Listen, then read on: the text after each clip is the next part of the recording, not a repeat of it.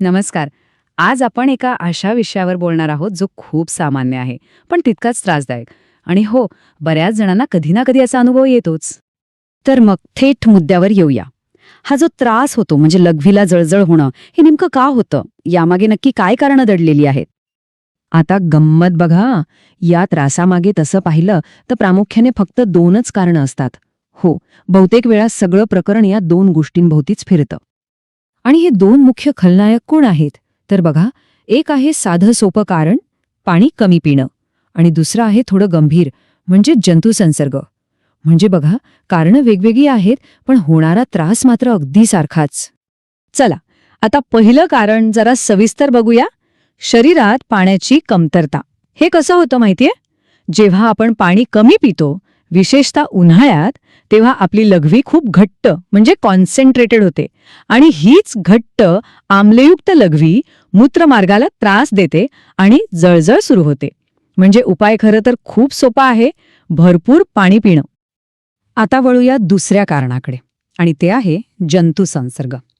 इथे काय होतं की काही बॅक्टेरिया किंवा जीवाणू मूत्रमार्गात शिरतात. मग आपलं शरीर त्यांच्याशी लढायला लागतं आणि या लढाईमुळेच आपल्याला तो जळजळीचा त्रास होतो.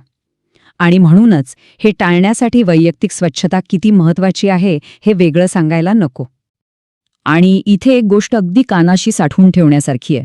समजा जंतुसंसर्ग झाला आणि डॉक्टरांनी अँटीबायोटिक्स दिली, तर तो कोर्स पूर्ण करणं हे सगळ्यात महत्वाचं आहे. बरं वाटायला लागलं म्हणून मध्येच औषधं बंद करायची नाहीत, कारण तसं केलं तर काही जीवाणू शिल्लक राहतात आणि मग त्रास पुन्हा उलटतो. ठीक आहे, तर ही झाली दोन सामान्य कारणं. पण जर या जळजळीसोबत काहीतरी वेगळं आणि जास्त गंभीर लक्षणं दिसू लागले तर? तेव्हा मात्र सावध व्हायला हवं. चला बघूया, ही धोक्याची घंटा नेमकी कधी वाजते? हे लक्षण आहे लघवीतून रक्त जाणं.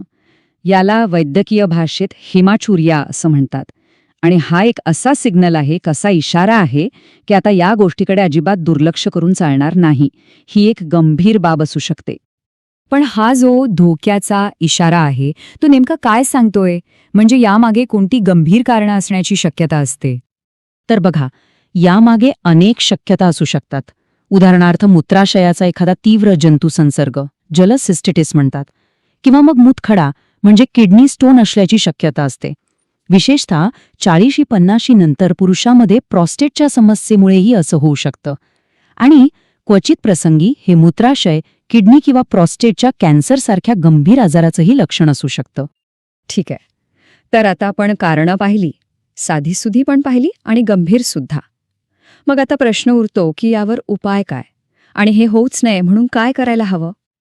इथे सगळ्यात महत्वाचा मुद्दा काय आहे, तर फक्त लक्षणांवर वरवरचा उपचार करून काहीच फायदा होत नाही. खरा इलाज तेव्हाच होतो जेव्हा आपण त्रासाच्या मुळाशी जातो आणि त्या मूळ कारणाला शोधून काढतो आणि त्यावर उपचार करतो. चला तर मग सगळं पुन्हा एकदा लक्षात घेऊया.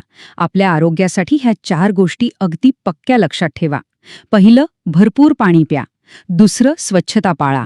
तिसरं, डॉक्टरांनी दिलेला औषधांचा कोर्स न चुकता पूर्ण करा. आणि चौथं, जे सगळ्यात महत्वाचं आहे, लघवीतून रक्त दिसल्यास अजिबात वेळ घालवू नका, लगेच डॉक्टरांचा सल्ला घ्या.